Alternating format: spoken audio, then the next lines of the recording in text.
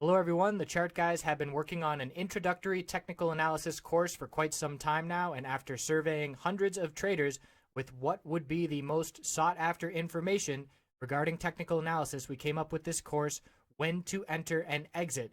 It covers over 5 hours of the basics on when to enter and exit, and we feel after watching this course it will help build a foundation of technical analysis knowledge which will eliminate a lot of the uncertainty in the world of trading stocks.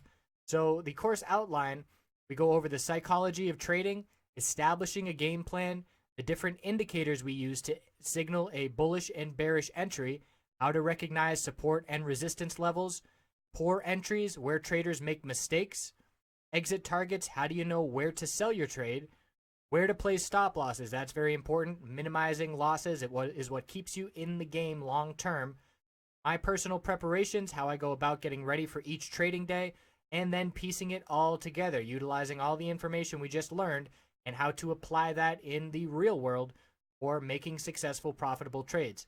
As a bonus, we also include a lot of information on finding entries and exits utilizing patterns, and you can find these patterns on every time frame on pretty much any stock and commodity trading, and certainly being able to recognize those patterns can give you an edge as well. So we hope you will check this out. Again, it's an introductory level course. So if you are new to technical analysis and trying to get a firm grasp on things and feeling a little bit overwhelmed, then this course is for you. I hope you check it out. Appreciate you watching. Looking at YELP GWPH PCLN NVDA and Tesla heading into Friday, January 13th. So the bulls bought the dip on YELP yet again, another day in a row where we defended $40 support, and we actually hit $39.96, the low of yesterday, to the penny, and bounced and closed up near the high again. The high was $40.76, so haven't seen that in a while.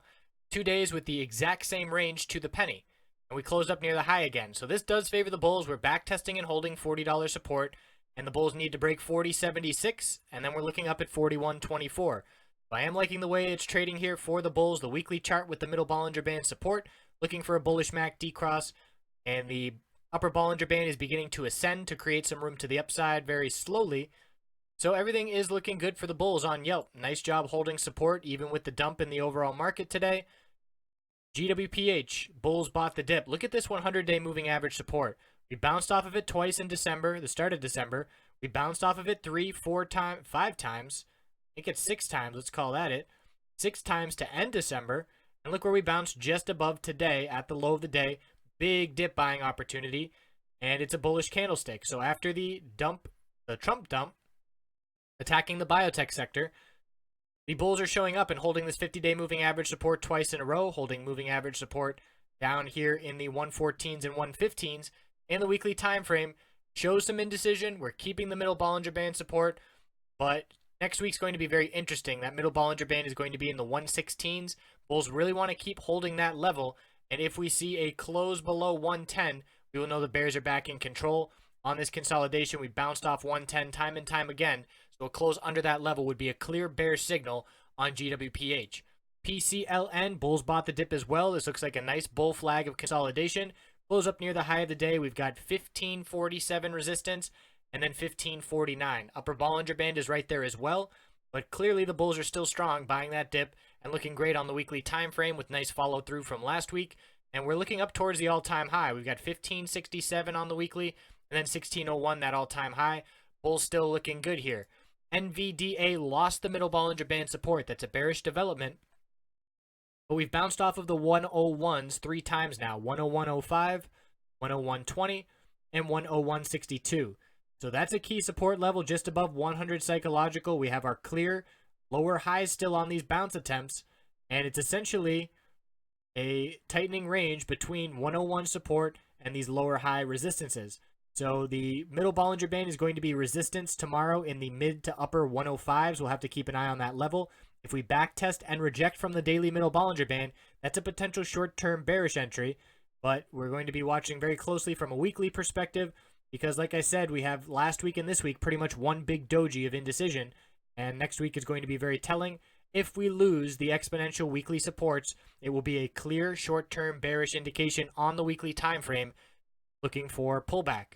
And last, we've got Tesla, bull flag shape on the daily time frame. Bulls buying the dip 3 days in a row. Resistance is 232. We have a little double top there. And support now established down at 225.58.